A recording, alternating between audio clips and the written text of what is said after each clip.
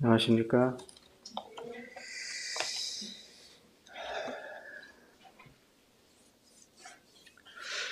개인적으로 이렇게 앞에 서서 말씀을 나누고 하는 것을 별로 제 몸이 너무 긴장을 많이 하니까요. 부담스러운 마음이 있습니다. 그런데 주님께서 생각하게 하신 것들을 성도님들과 함께 나누기를 원합니다. 창세기 1장 함께 보도록 하겠습니다. 창세기 1장 27절부터 31절까지입니다. 창세기 1장 27절부터 31절까지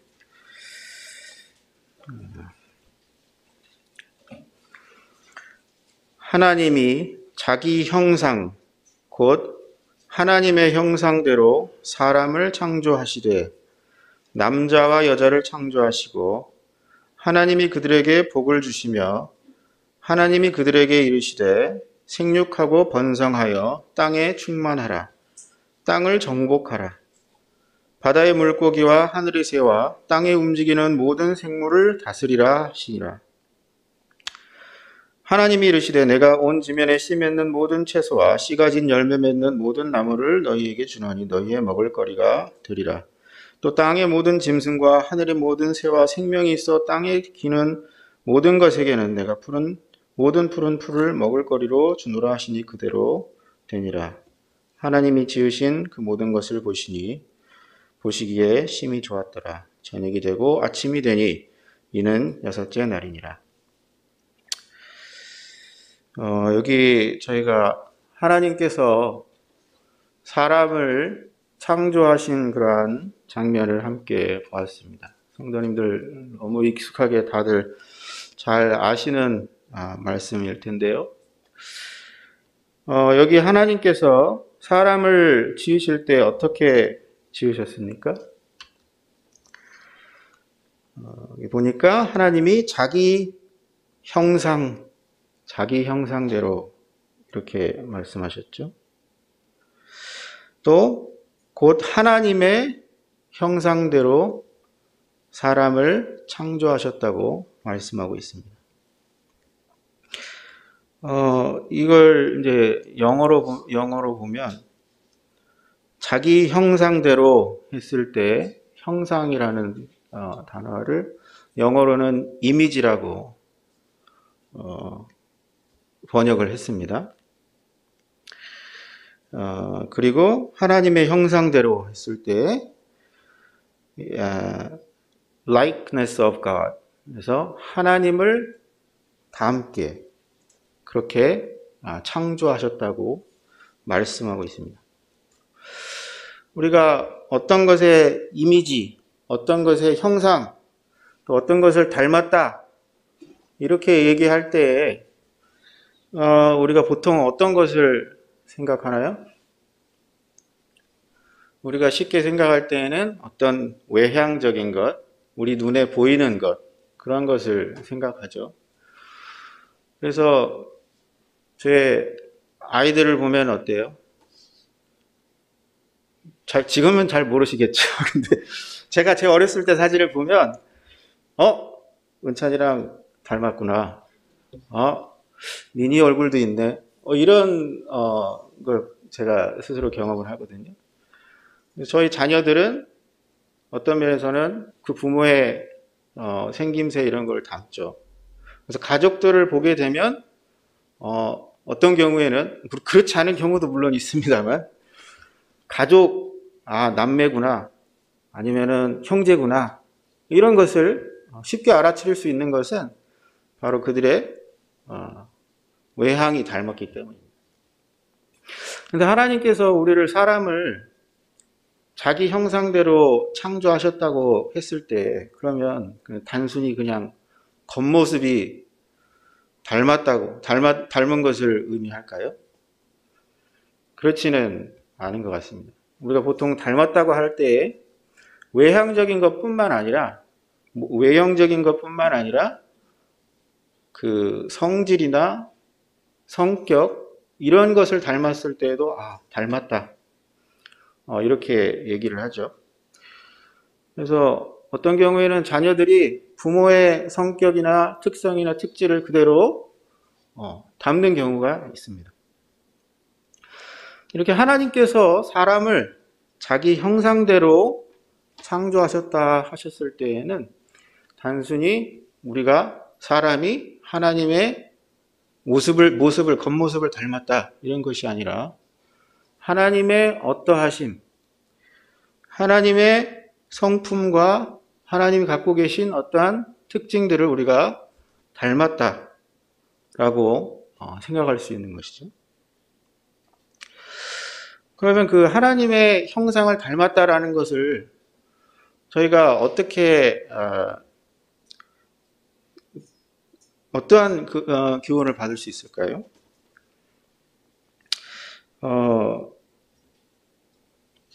마태복음 22장 20절 함께 보시겠습니다.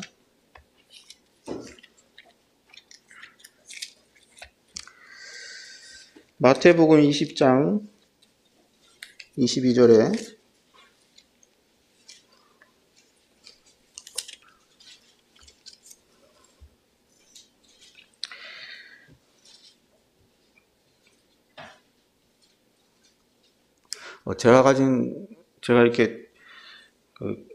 제가 가지고 있는 성경은 개역 성경이라서 제가 개역 개정을 이제 따로 노트를 하지 않으면 제가 개역 성경으로 읽겠습니다.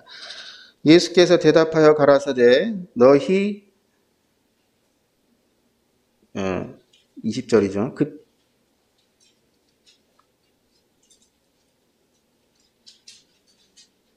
제가 20장을 보고 있었네요.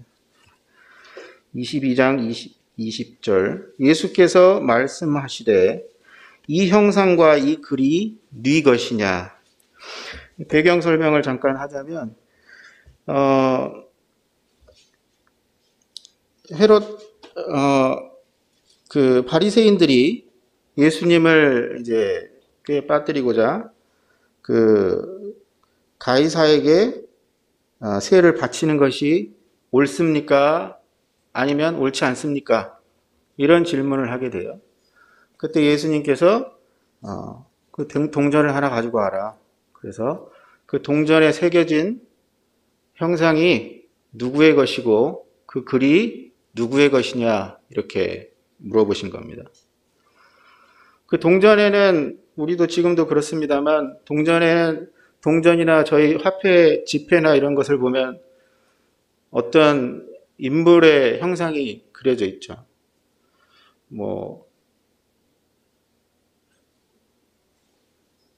요즘은 여성의 형상도 그려져 있고 그런데 그 당시에는 로마의 황제의 형상이 거기에 새겨져 있었고 그의 글이 새겨져 있었습니다. 예수님께서 그것을 가리켜서 이것이 누구의 형상이면 누구의 글이냐라고 물은 것입니다. 여기서 형상도 영어로는 이미지라고 되어 있습니다. 그것이 누구의 형상이냐? 그렇게 말씀하시면서 가이사의 것은 가이사에게, 하나님의 것은 하나님에게 바쳐라.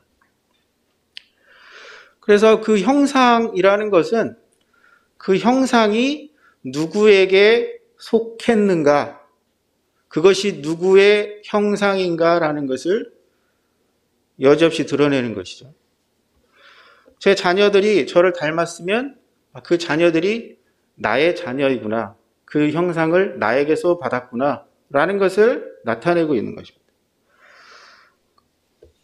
그래서 예수님께서 그들에게 대답하신 것처럼 사람은 하나님의 형상대로 지음을 받았기 때문에 사람은 하나님께로부터 온 것을 스스로 증거하고 있습니다. 하나님께 속한 사람은 하나님께 마땅히 순종해야 하는 것이죠. 하나님께서 사람을 자신을 닮도록 지으시고 하나님의 형상대로 창조하셨다면 사람은 마땅히 그 창조주이신 하나님께 순종하고 순복하는 삶을 살아야 하는 것입니다.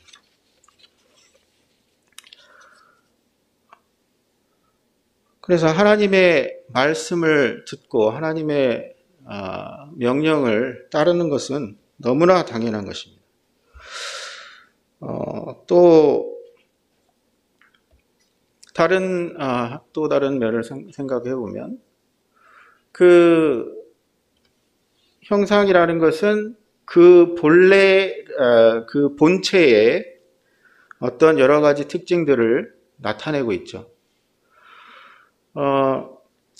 그래서 예전에, 지금은 그런지 모르겠습니다. 지금 저는 잘 못 본 것 같은데, 파출소 같은데 이제 지나가다가 이제 게시판을 보면 거기 이제 무슨 그림들을 걸어놔요. 그 몽타주라고 그러죠. 그래서 그 사람의 요즘은 이제 CCTV 해가지고 이제 사진이 찍히고 그러기도 하는데, 예전에는 이제 그 용의자를 특정할 수 없을 경우에는 증언을 토대로 이제 그림을 그려놓습니다. 그럼 거기에 그 그림을 보고 우리는 뭘 알 수 있는 거예요? 그 본래 그 범인의 어떠한 특징들을 우리가 그 그림을 보면서 알아낼 수 있는 거잖아요. 이 사람 눈이 짝짝이네. 이 사람 눈썹이 한쪽에 찌그러졌네. 이런 것들을 보게 되는 겁니다. 거기에 이제 또 뭐라고 이렇게 써놔요. 이 사람이 이 사람은 가발을 쓰고 있습니다. 아니면 모자를 자주 씁니다. 무슨 점퍼를 입었습니다. 이런 식으로 그 사람에 대한 특징을 서술해 놓습니다. 그래서 그 형상이라는 것은 본래 그 형상이 나타내는 그 본체의 그러한 특징들, 그 본체의 그 어떠한 것을 드러냅니다. 그래서 하나님께서 사람을 자기 형상대로 지으셨다고 했을 때 하나님께서 그분이 가지고 계신 하나님의 어떠하심을 사람이 닮도록 창조하시고 그러한 것들을 사람을 통해서 드러내도록 하나님께서 지으신 것입니다. 그래서 사람을 볼 때에 사람은 마땅히 하나님이 어떠한 분이신지, 하나님의 특성이 어떠한지, 하나님이 은혜로우신 분이신지, 자비로우신 분이신지, 하나님의 권위가 있는지, 하나님의 지혜가 어떠한지, 이러한 것들을 드러내는, 마치 광고판과 같은, 걸어다니는 광고판과 같은 그러한 역할을 하도록 하나님께서 지으신 것입니다. 이것은 굉장한 축복이고 특권이지 않습니까? 하나님의 어떠함을 드러낼 수 있는 존재라는 것은 어마어마한 축복이자 특권인 것입니다. 창세기 1장 저희가 살펴본 말씀들을 보면 하나님께서 그 지으신 사람들에게 복을 주셨죠. 그들에게 이르시되 생육하고 번성하여 땅에 충만하라. 땅을 정복하라. 하나님께서 주신 축복 가운데 하나님께서 가지고 계신 권위를 사람들에게 허락하신 것을 볼 수 있습니다. 정복하라. 바다의 물고기와 하늘의 새와 땅에 움직이는 모든 생물을 다스리라. 하나님께서 창조주로서 마땅히 그 모든 것의 주인이시지만 자신의 형상을 닮은 사람에게 하나님 자신의 권위와 하나님 자신의 그 어떠하심을 이 사람으로 드러낼 수 있도록 하나님께서 사람에게 이러한 특권들을 허락하신 것입니다. 그래서 실제로 어떻게 되었습니까? 짐승들이 사람에게, 아담에게 순종하는 모습을 볼 수 있죠. 아담의 이름은 누가 지었을까요? 아담이 스스로 나는 아담 할래. 그리고 자기 이름을 아담으로 지었을까요? 그러진 않았겠죠. 아담이라는 이름은 하나님께서 지으셨을 것입니다. 그런데 동물들의 이름은 어때요?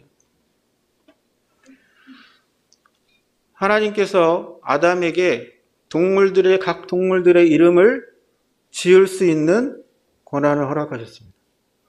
당연히 하나님이 지으실 수 있죠. 하나님이 창조하신 그 모든 창조물들에 하나님께서 이름을 지으실 수 있습니다. 아담에게 그렇게 하셨듯이.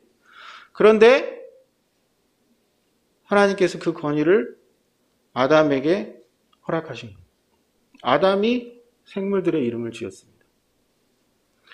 그 생물들이 하나씩 아담 앞을 지나가면서 이름을 부여받았어요. 얼마나 놀라운 축복과 특권입니까? 하나님의 고유한 권한인데 하나님께서 그 지으신 사람에게 그 동산을 관리하는 관리자의 역할을 위임하신 것이죠. 그 외에도 여러 가지 생각해 볼 수가 있겠죠. 아담의 지혜 어디서 왔겠습니까? 그 많은 지금 여러분 생물이 얼마나 많은지 사람이 다 밝혀내지 못한 생물들도 많이 있습니다. 아직까지. 근데 아담은 어디서 지혜가 나서 그 모든 생물들의 이름을 다 지었을까요? 가히 상상할 수 없는 그러한 지혜죠. 그 이름들이 서로 겹치지 않게 지으려면 또 얼마나 창조적이어야 되겠어요? 이러한 모든 특성들이 다 하나님께서 가지고 계신 특성들인데 이러한 특성들이 아담 또한 고스란히 하나님께로부터 받았다는 것입니다. 그가 하나님의 형상을 닮도록 창조되었기 때문이죠. 또 한 가지 생각을 해볼 수 있는 것은 고린도 후서 6장 14절 함께 보시겠습니다.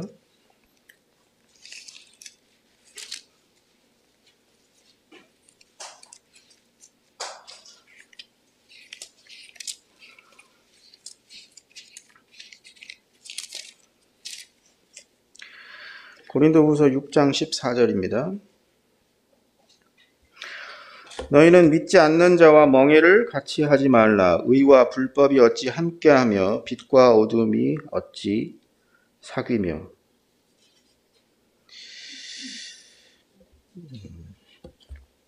여기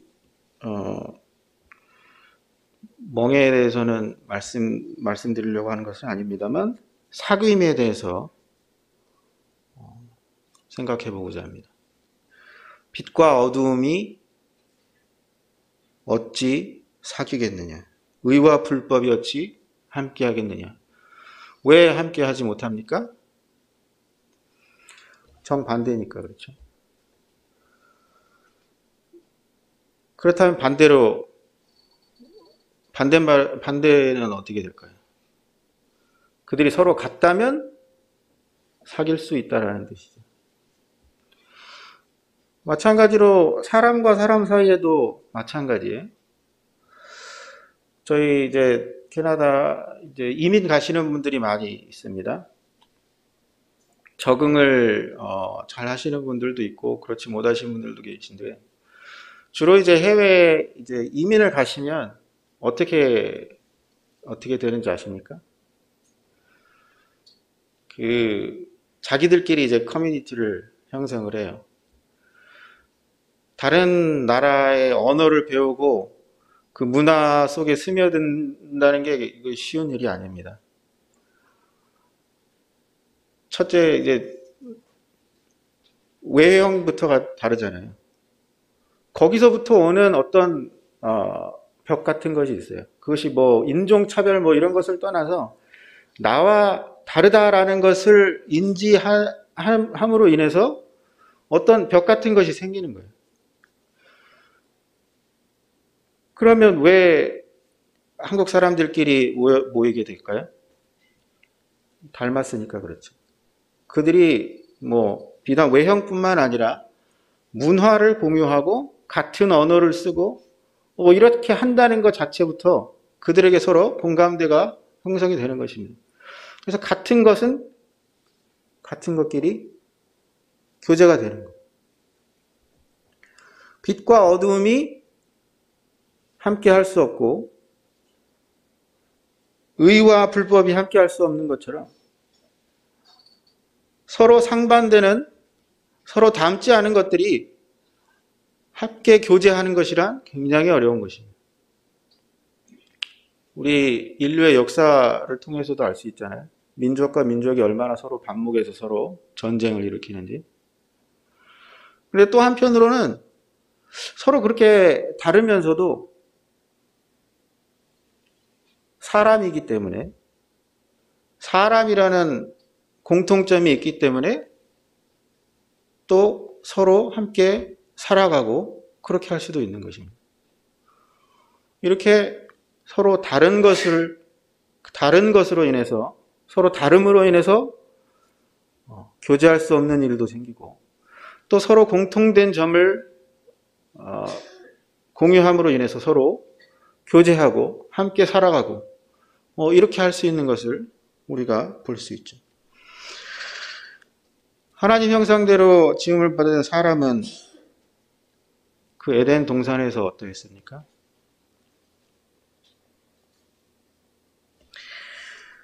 죄가 들어오기 전에 사람과 하나님이 어떻게 친밀하게 교제했을까, 이런 것을 우리가 창세기 그 초반에 그 말씀들을 통해서 살펴보면 얼마나 아름다웠을지 저희가 또 상상을 해볼 수 있습니다.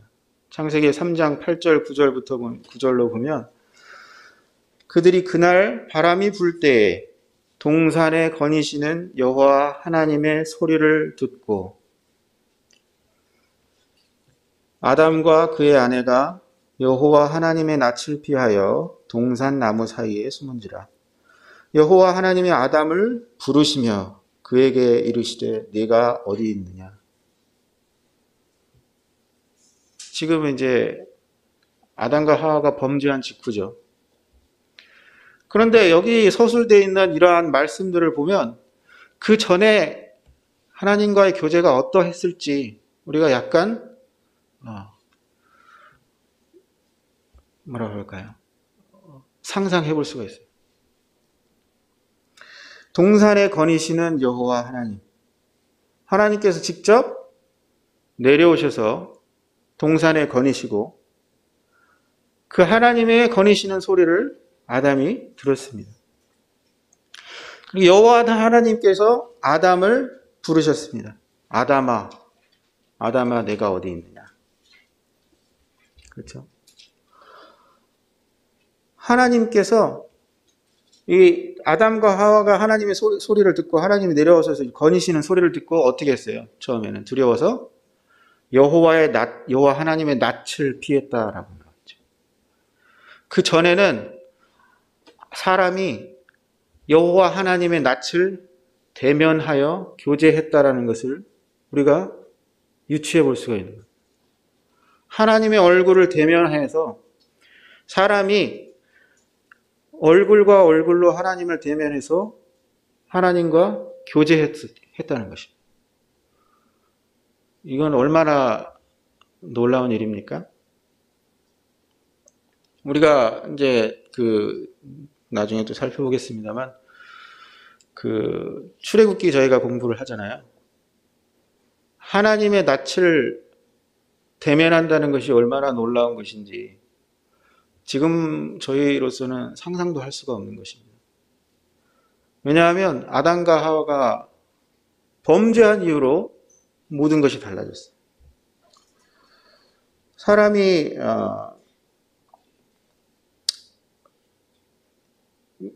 안타깝게도 사단의 말을 듣고 범죄를 하게 되죠. 어떤 일이었습니까?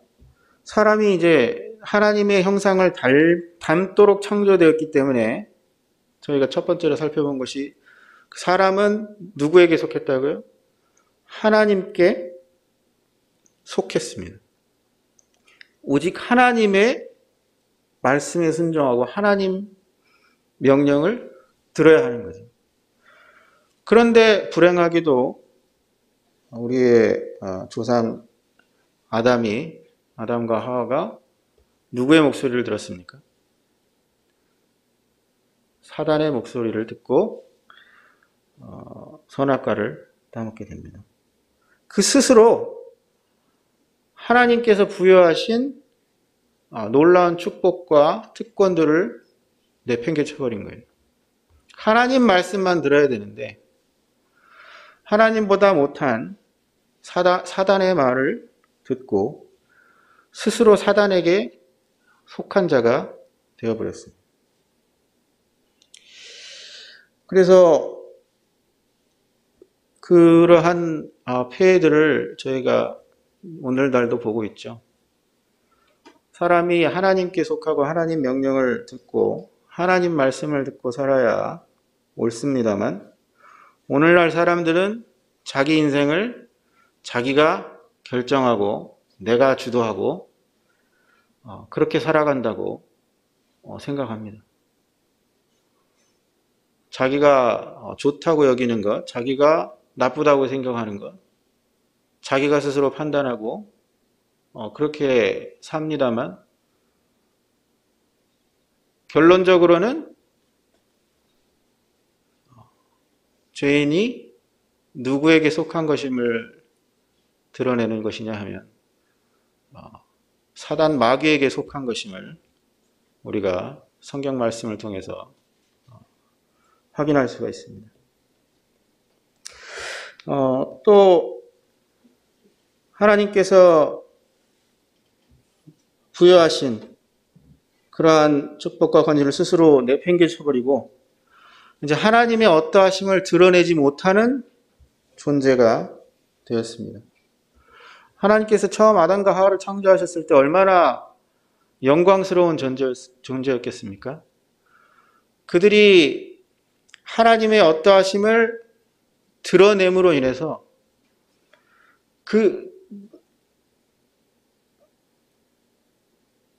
그들의 모습 자체가 하나님의 어떠하심을 드러내는 영광스러운 그러한 모습이었을 것입니다. 그런데 범죄하고 난 다음에 그들이 가장 처음 느꼈던 것이 무엇인지 아십니까? 수치스러움입니다. 본래 하나님의 형상대로 창조되어서 영광스러워야 마땅할 그들이 하나님의 어떠하심을 충분히 드러내고 하나님의 영광을 이 땅 가운데 나타내야 하는 존재들이 선악과를 따먹고 범죄한 직후에 가장 처음 느꼈던 것이 부끄러운 것이었어요. 수치였습니다. 그들 자신의 모습을 보고 벌거벗었음을 알고 부끄러움을 느꼈어요. 그래서 무엇을 했습니까? 나뭇잎을 엮어서 자기의 몸을 가리려고 했어요. 하나님의 영광을 드러내야 하는 존재들이 자기들의 모습의 벌거벗음을 보고 자기의 모습을 오히려 가려야만 하는 그러한 존재들이 되었습니다.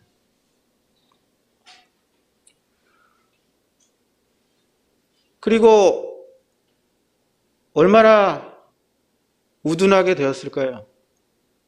하나님이 그토록 지혜롭게 창조하셨는데 얼마나 어리석게 되었는지 이제 곧 말라 비틀어져 버릴 나뭇잎을 엮어서 자신의 몸을 가립니다. 그리고 누구보다도 하나님이 어떠한 분이신지 잘 알아야 하는 그러한 존재들이 하나님께서 거니시는 소리를 듣고 숨었어요. 내가 두려워하여 숨었나이다. 하나님이 전지하시고 다 아시는 분이라는 걸 그들이 몰랐을까요? 그들이 얼마나 지혜 없게 되었는지 알 수가 있죠. 하나님께서 그들에게 부여하신 다스리고 정복하고 또 관리해야 할 그러한 특권을 부여받았는데 그러한 것들은 다 어떻게 되었습니까? 우리 짐승들이 이제 사람에게 순종하나요? 참으로 사람은 하나님이 주신 모든 축복과 그 모든 놀라운 권위들을 스스로 내팽개쳐버린 그러한 존재가 되었습니다. 또 시간이 이렇게 빨리 가네요. 하나님과 교제는 당연히 단절되었죠. 하나님께서 그 범죄 이전에 아담을 불렀을 때에는 어떻게 했습니까? 서로 낯을 대하여 서로 교제하였을 것인데, 하나님께서 부르실 때 아담은 두려움 마음이 들었습니다. 하나님의 낯을 뵙기가 이제 두려운 것이죠. 그래서 사람 스스로 하나님으로부터 숨었습니다. 하나님의 거룩하신 존재 앞에 나아가는데 두려움을 느끼고 나아가지 못하게 된 것이죠. 그래서 결국은 어떻게 됐습니까? 아담은 동산에서 쫓겨났습니다. 다시 그 동산으로 돌아갈 수 없게 되었죠. 하나님께서 천사와 두루도는 화염검을 두셔서 사람으로 다시 돌아갈 수 없게 하셨습니다. 이 단절된 교제는 예수 그리스도께서 자신의 희생을 통해서 이 관계를 회복하시기 전까지는 온전하게 회복이 되지 못했습니다. 그러면 우리가 지난 시간 성경 공부 시간에 살펴봤던 출애굽기 20장을 한번 살펴보겠습니다. 출애굽기 20장입니다.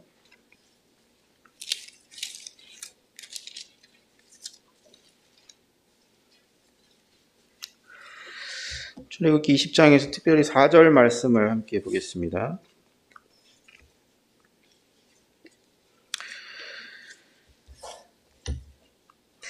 너를 위하여 새긴 우상을 만들지 말고 또 위로 하늘에 있는 것이나 아래로 땅에 있는 것이나 땅 아래 물속에 있는 것의 어떤 형상도 만들지 말며, 여기 보시면 새긴 우상이라는 단어가 있죠. 영어에는 뭐라고 되어 있냐면 graven image라고 되어 있습니다. 새긴 형상이라는 뜻이죠. 그 히브리어 원어를 보면 처음에 저희가 창세기 1장에서 봤던 우리 형상대로, 하나님 형상대로 다 각각 다른 단어들이 쓰이기는 여기에 있는 새긴 우상 할 때에도 다른 원어가 쓰이긴 했습니다. 그런데 그 의미를 살펴보면, 그 뜻을 살펴보면 다 같은 의미예요. 담다. 그리고 창세기에서도 그 하나님이 우리의 형상대로 사람을 만들다 하실 때 그 형상이라는 단어에 같은 단어가 우상이라는 뜻으로도 쓰인 경우가 있습니다. 그러면 왜 하나님께서 그 새긴 우상, 새긴 형상을 만들지 말라고 하셨을까요? 신명기 4장 15절부터 19절까지 읽어보겠습니다.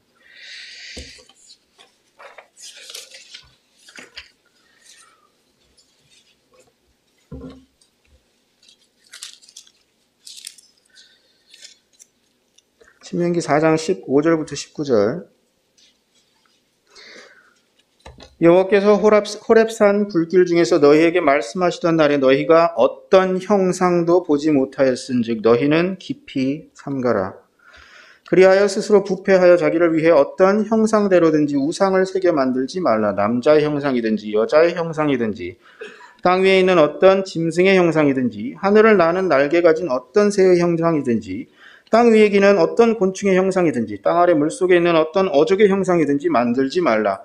또 그리하여 내가 하늘을 향하여 눈을 들어 해와 달과 별들, 하늘 위의 모든 천체, 곧 너희의 하나님 여호와께서 천하 만민을 위하여 배정하신 것을 보고 미혹하여 그것에 경배하며 섬기지 말라. 이것은 모세가 이스라엘 백성들에게 강력하게 경고하는 말씀입니다. 뭐라고 말씀하고 있습니까? 저희가 이제 그 출애굽기에서는 이제 좀 자세한 설명이 빠져 있는데 여기 좀 자세한 설명들이 좀 보충이 되어 있는 것을 볼 수가 있습니다. 그들이 하나님께서 호렙산 불길 가운데서 그들에게 말씀하실 때 그들이 하나님의 형상을 보지 못했다는 거예요. 하나님이 어떠한 분이신지 하나님의 모습을 그들이 눈으로 보지 못했다는 거예요. 그들이 본 것은 무엇이었습니까? 그들이 본 것은 불붙은 산, 번쩍이는 번개,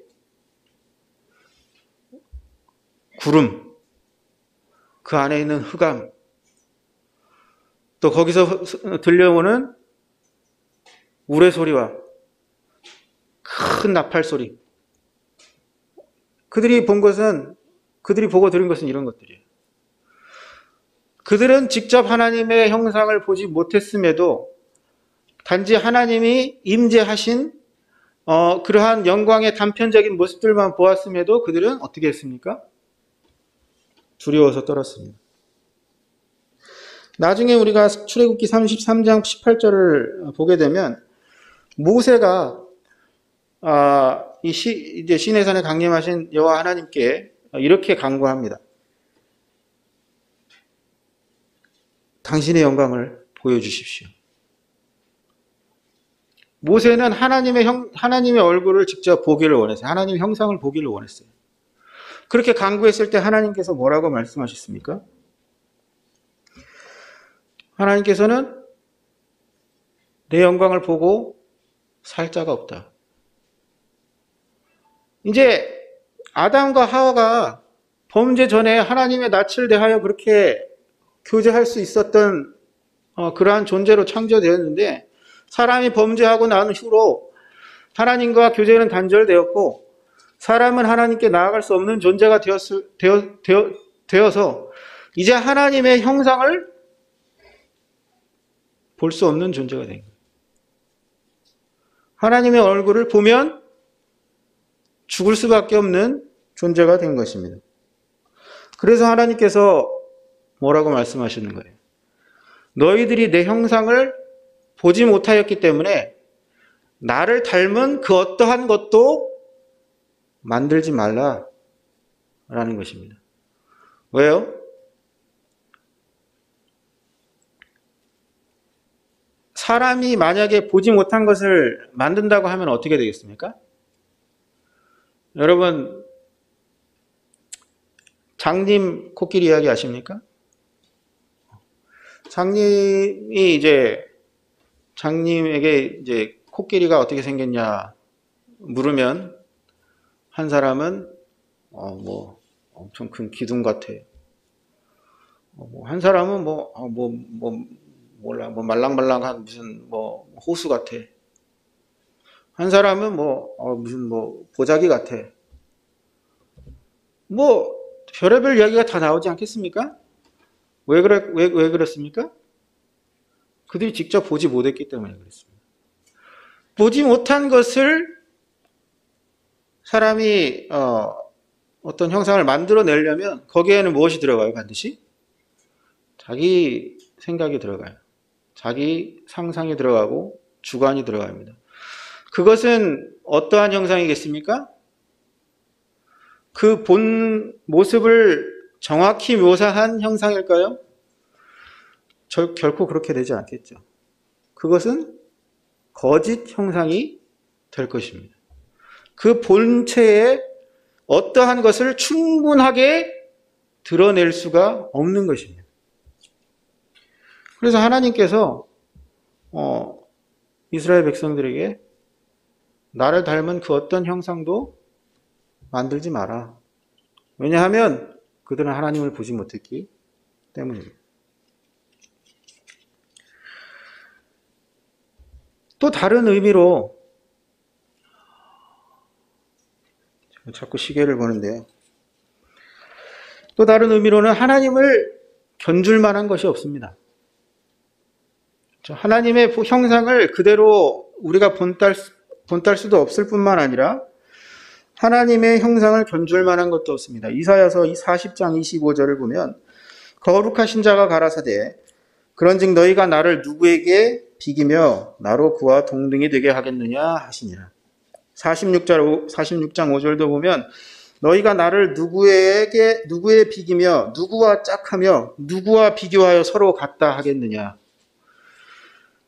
하나님께서 자신의 어떠하심을 계시하신 여러 방법들이 있었죠. 선지자를 통해서도 말씀하시고 하나님께서 말씀하시기도 하시고 여러 방면을 통해서 인류에게 자신의 어떠하심을 나타내셨지만 그것만 하더라도 그 하나님의 나타내신 부분만 따지더라도 그 하나님과 비할 만한 것이 없습니다. 무엇과 비기겠습니까? 이 세상에 있는 모든 것들은 하나님께서 창조하신 피조물에 지나지 않습니다.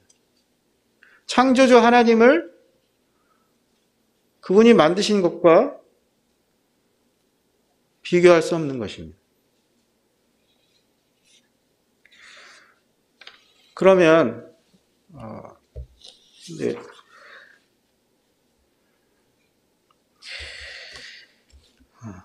우리는 그러면 영영 하나님이 어떠한 분이신지 모른 채 그렇게 살아갈 수밖에 없을까요? 참 다행스럽게도 우리에게 하나님이 어떠한 분이신지 나타내 보여주신 분이 계십니다. 그분이 누굴까요?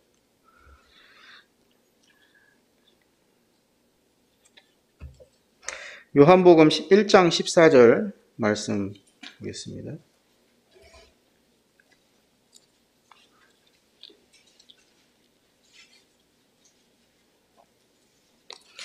요한복음 1장 14절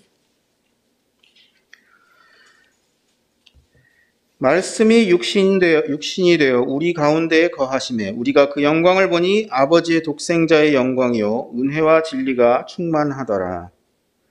18절입니다. 본래 하나님을 본 사람이 없으되 아버지 품속에 있는 독생하신 하나님이 나타내셨느니라. 여기 이 말씀을 보면 아무도 하나님을 보지 못했는데 아버지 품속에 있는 독생하신 하나님이 나타내셨다라고 말씀하고 있습니다. 말씀이 육신이 되어 우리 가운데 거하셨다고 말씀하고 있습니다. 히브리서 1장 1절부터 3절까지 또 읽어보겠습니다. 히브리서 1장 1절 3절입니다.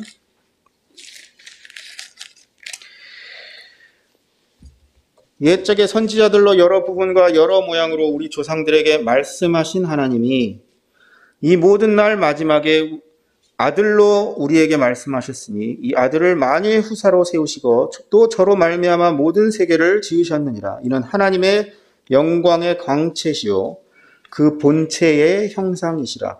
그의 능력의 말씀으로 만물을 붙드시며 죄를 정결케 하는 일을 하시고 높은 곳에 계신 위엄의 우편에 앉으셨느니라. 여기 여러 모양으로 우리 조상들에게 말씀하신 하나님이 여러 모양으로 하나님께서 자신의 어떠하심을 나타내셨지만 충분하게 나타낼 수가 없는 것이죠. 그런데 이 모든 날 마지막에 아들로 우리에게 말씀하셨다고 말씀하십니다. 이 모든 날 마지막에 말씀이 육신이 되어 오신 이 아들 예수 그리스도께서 하나님의 어떠하심, 하나님의 형상을 그대로 나타내신 겁니다. 하나님 영광의 광채시요 그 본체의 형상이시라고 하셨는데 그 본체의 형상이라고 했을 때 영어로 뭐라고 나와 있냐면 express image라고 되어 있는데 여기 express 하면은 보통 우리는 뭐라고 생각하냐 하면은 빠른, 고속 이런 뜻으로도 쓰여요. 그런데 다른 어떤 뜻이 있냐 하면 정확한 이라는 뜻이 있습니다. 예수 그리스도는 하나님의 영광의 밝음이시고 그 본체의 정확한 형상이십니다. 그 어떤 것도 하나님의 온전한 형상을 충분히 나타낼 수가 없는데, 어떠한 것도 하나님과 비할 것이 없는데, 말씀이 육신이 되어 오신 이 아들 예수 그리스도께서는 하나님의 정확한 형상이라는 거예요. 하나님의 어떠하신 것을 온전히 드러내시는 그러한 형상이시라는 겁니다. 그냥 어설픈 흉내 그런 것이 아니라 하나님의 어떠하심을 있는 그대로 드러내신 분입니다. 우리 예수님께서는 하나님의 정확한 형상으로서 그분이 하나님께로부터 오신 것을 친히 증거하셨죠. 요한복음 14장 10절에는 내가 아버지 안에 거하고 아버지는 내 안에 계신 것을 네가 믿지 아니하느냐? 내가 너희에게 이르는 말은 스스로 하는 것이 아니라 아버지께서 내 안에 계셔서 그의 일을 하시는 것이라. 또 요한복음 5장 19절에도 그러므로 예수께서 그들에게 이르시되 내가 진실로 진실로 너희에게 이르노니 아들이 아버지께서 하시는 일을 보지 않고는 아무것도 스스로 할 수 없나니 아버지께서 행하시는 그것을 아들도 그와 같이 행하느니라. 예수님께서 이 땅에서 행하시고 가르치시고 하신 모든 것들은 다 누구로부터 온 것입니까? 아버지 하나님께로부터 온 것입니다. 이거 사람들이 이제 이 말씀을 오해해가지고 그럼 예수님은 스스로 의지도 없고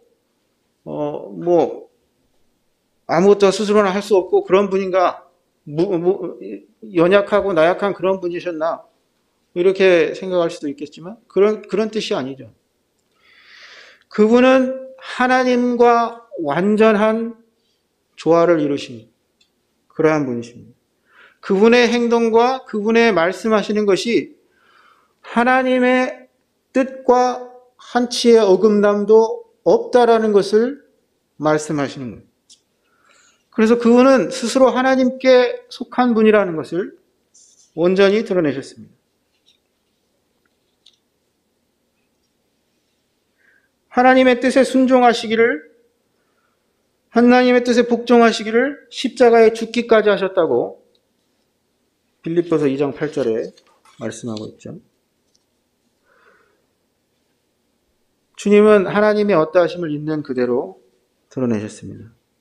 그분의 거룩하심, 사람을 사랑하심, 오래 참으심, 자비하심, 은혜로우심, 하나님의 능력, 지혜, 권위, 아름다우심, 그 모든 방면에서 하나님께서 어떠한 분이신지 우리 사람들에게 드러내셨습니다. 이러한 것들이 저의 묵상거리가 되죠. 요한복음 14장 9절에서 빌립이 예수님께서 이제 떠나실 것을 말씀하셨을 때 어디로 가십니까? 아버지께로 가신다고 하셨는데 그럼 아버지를 보여주십시오. 빌립이 그렇게 얘기했죠. 예수님께서 대답하시길 예수님께서 나를 본 자는 아버지를 보았다. 예수님께서 하나님의 어떠하심을 그 삶 가운데 있는 그대로 드러내셨습니다. 나와 아버지는 하나다.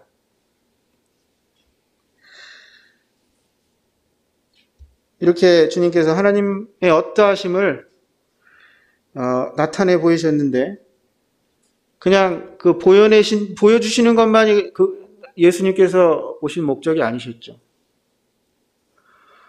예수님께서 오신 목적은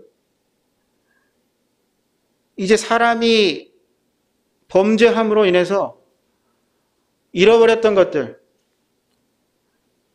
하나님께서 우리에게 본래 주시려고 했던 그러한 축복과 그 어떠한 것들을 예수님께서 우리의 죄를 위해서 십자가에 죽으시고 우리를 구속하심으로 인해서 그러한 것들을 회복하기 위해서 오신 것입니다. 주님께서 이루신 하나님의 놀라운 구속의 사역으로 말미암아 하나님께서 그 아들을 믿는 자들을 의롭다 하시고 그 아들 안에서, 예수 그리스도 안에서 그 믿는 성도들을 새 사람으로 창조하셨습니다. 고린도후서 5장 17절에 보면 그런즉 누구든지 그리스도 안에 있으면 새로운 피조물이라. 이전 것은 지나갔으니 보라 새 것이 되었도다 말씀하시죠. 그래서 그리스도 안에서 믿는 성도들은 새로운 피조물이 된 것입니다. 새로운 창조의 일을 하신 것입니다. 골로새서 3장 10절에는 옛사람을 벗어버리고 새사람을 입었으니 이는 자기를 창조하신 자의 형상을 쫓아 지시게까지 새롭게 하심을 받은 자니라. 이전 것은 지나갔고 새로운 피조물이 되었는데 이제 그리스도 안에서 그리스도의 형상을 본받는 자로 하나님께서 창조하신 것입니다. 그래서 초대교회 성도, 시간이 좀 많이 지나갑니다만 거의 이제 마무리되기 때문에 조금만 더 쓰겠습니다. 초대교회 성도들은 사도행전 11장 26절에서 어떻게 그랬습니까? 그들이 안디옥에서 사도 바울과 바나바의 가르침을 받고 서로 모이고 할 때에 그들이 얻은 칭호가 무엇이었습니까? 그리스도인이었죠. 그들의 삶이 그리스도의 어떠하심을 이제 닮아가고 그리스도의 어떠하심을 드러냈기 때문에 사람들이 그들을 볼 때에 그리스도인, 그리스도의 사람, 안 좋은 의미로 비록 쓰였다 할지라도 초대교회 성도들은 그렇게 그러한 삶을 살았습니다.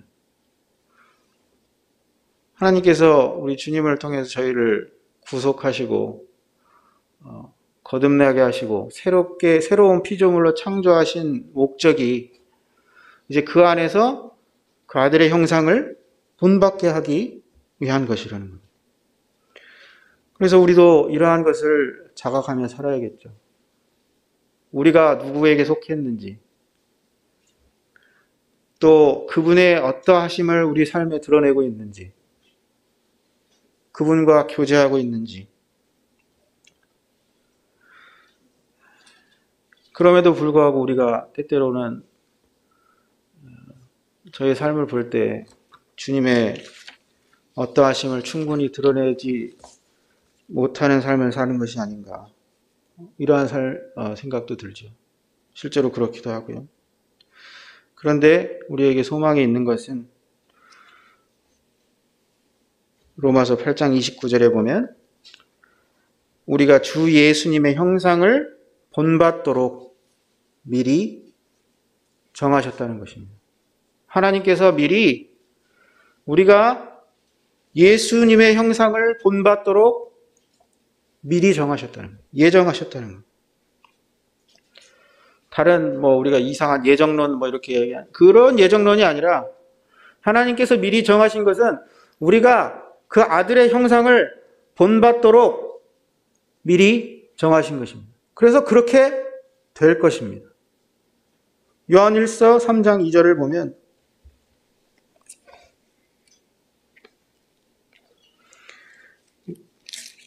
요한일서 3장 2절을 보면 사랑하는 자들아 우리가 지금은 하나님의 자녀라. 장래에 어떻게 될 것은 아직 나타나지 아니하였으나 그가 나타나심이 되면 우리가 그와 같을 줄을 아는 것은 그의 계신 그대로 볼 것을 인함이니. 우리에게 이와 같은 소망이 있습니다. 우리가 잃어버렸던 것들. 우리가 이제는 하나님의 형상을 닮은 자라고 도저히 할 수 없는 존재들이 되었지만 하나님께서 그 아들을 통해서 계획하신 것은 아들을 통해서 이 모든 것을 회복하시고 아들의 형상을 본받도록 미리 정하셔서 이제 그분이 나타나실 때가 되면 그분이 다시 나타나실 때가 되면 우리가 그의 형상을 본받게 될 것입니다. 우리가 그분을 낯을 대하여 다시 그분과 낯을 대하여 교제할 그날이 우리에게 올 것입니다. 이러한 놀라운 소망을 생각하시고 우리의 삶이 그날이 올 때까지 주님의 어떠하심을 조금 더 본받는 그러한 삶이 되기를 원합니다. 이상입니다.